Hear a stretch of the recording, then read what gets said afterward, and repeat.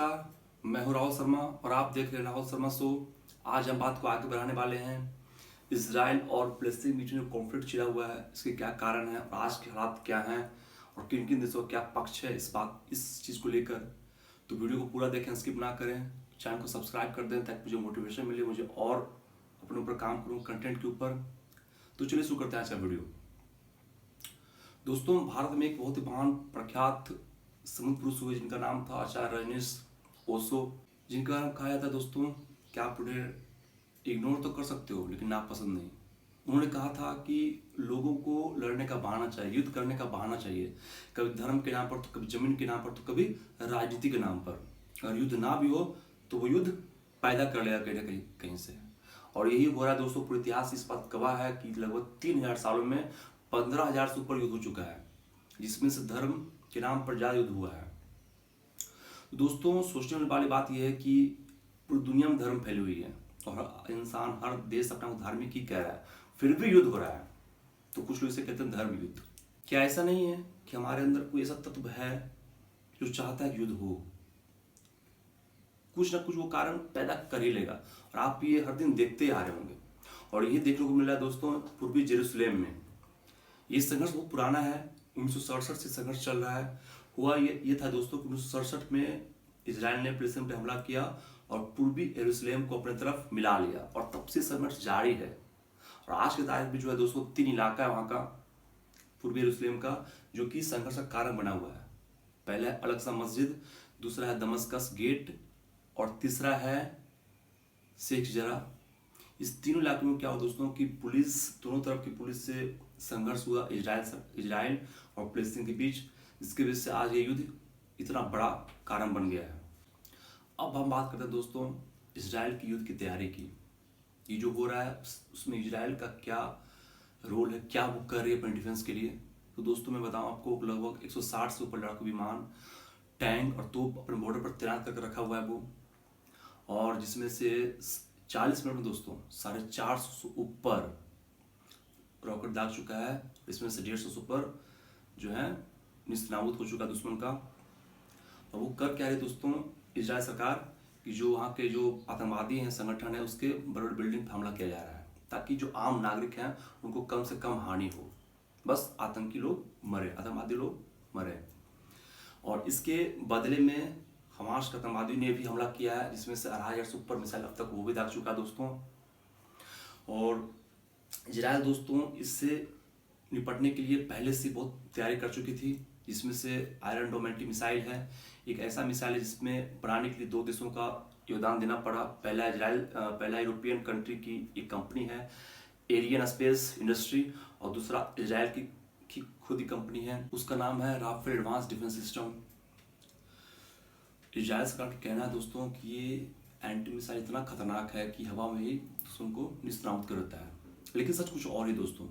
Washington की एक report के अनुसार कहना है कि एंटी मिसाइल इतना खतरनाक नहीं जितना बताया जा रहा है। इसकी सक्सेस रेशियो लगभग 80 से 90% है, जिसके वजह से हमास का आतंकवादी भी हमला करने में सक्षम हो जा रहे हैं, कामयाब हो जा रहे हैं, जिसके वजह से कुछ इजरायली लोग भी मारे जा रहे हैं, उनका इमारत ध्वस्त हो रहा है। इस दौरान दोस्तों भारत में क्या हो रहा है ये बताएंगे आपको। भारत में किस लोगों को अरेस्ट किया गया है क्योंकि वो प्रोटेस्ट कर रहे थे, इजराइल की जो मिलिट्री एक्शन ले रही है उसके खिलाफ प्रोटेस्ट कर रहे थे, इस वजह से उनको गिरफ्तार किया गया है। ये जंग की वजह से दोनों दोस्तों पूरा दुनिया 2 भाग में बढ़ गया है। कुछ इजराइल के पक्ष में है तो कुछ फिलिस्तीन के पक्ष में है। कुछ का कहना है कि इजराइल ने पहले युद्ध शुरू किया, कुछ का कहना है नहीं, फिलिस्तीन ने अपने डिफेंस में ऐसा किया। सच क्या दोस्तों भगवान जाने, लेकिन सच बात ये भी है दोस्तों, कुछ भारत के पॉलिटिशियन हैं जो ये कह रहे हैं कि जो भारत की सरकार है उससे आलोचना करनी चाहिए इजराइल की इस एक्शन पर जो फिलिस्तीन के साथ कर रहा है वो इजराइल। और युद्ध में दोस्तों मैंने पहले बताया कि एक इंडिया की केरल की महिला थी सौम्या, जिसका देहांत हो गया था। वो इजराइल में नर्स के रूप में कार्यरत थी, एक बूढ़ी महिला की। वो अपने पति से वीडियो कॉल बात कर रही थी और इसी दौरान हमला हुआ, उसकी मौत हो गई। इस बिहाफ में जो इजराइल के प्रेसिडेंट हैं बेंजामिन नेतन्याहू, उन्होंने कहा है कि सौम्या के पूरे परिवार को खर्च हम लोग उठाएंगे, इजराइल सरकार उठाएगी, इसे चिंता का विषय नहीं है। लेकिन ये भारत की दोस्तों चिंता का विषय है, क्योंकि भारत की दुविधा में फंसा हुआ है कि किसका साथ दें। एक तरफ दोस्तों इजराइल है तो दूसरी तरफ फिलिस्तीन है, एक बहुत पुराना मित्र है, तो ये धर्म संकट में भारत का साथ दें। इजराइल वो ऐसा मित्रता है जैसे दोस्तों कि बहुत पुरानी मित्रता है। मिलिट्री इक्विपमेंट का जो सप्लायर है सबसे बड़ा वो इजराइल है रसिया के बाद भारत के लिए। भारत ही वो देश है दोस्तों 1988 में फिलिस्तीन को देश माना था, रिकोगनाइज किया था देश के प्रति, एक इंडिपेंडेंट कंट्री प्रति। इसके लिए इजराइल मानते हैं कि वो उसका भी कोई वजूद है, तो भारत चाहकर भी कुछ नहीं कर सकता है, ना तो इजराइल के समर्थन में ना फिलिस्तीन के खिलाफ।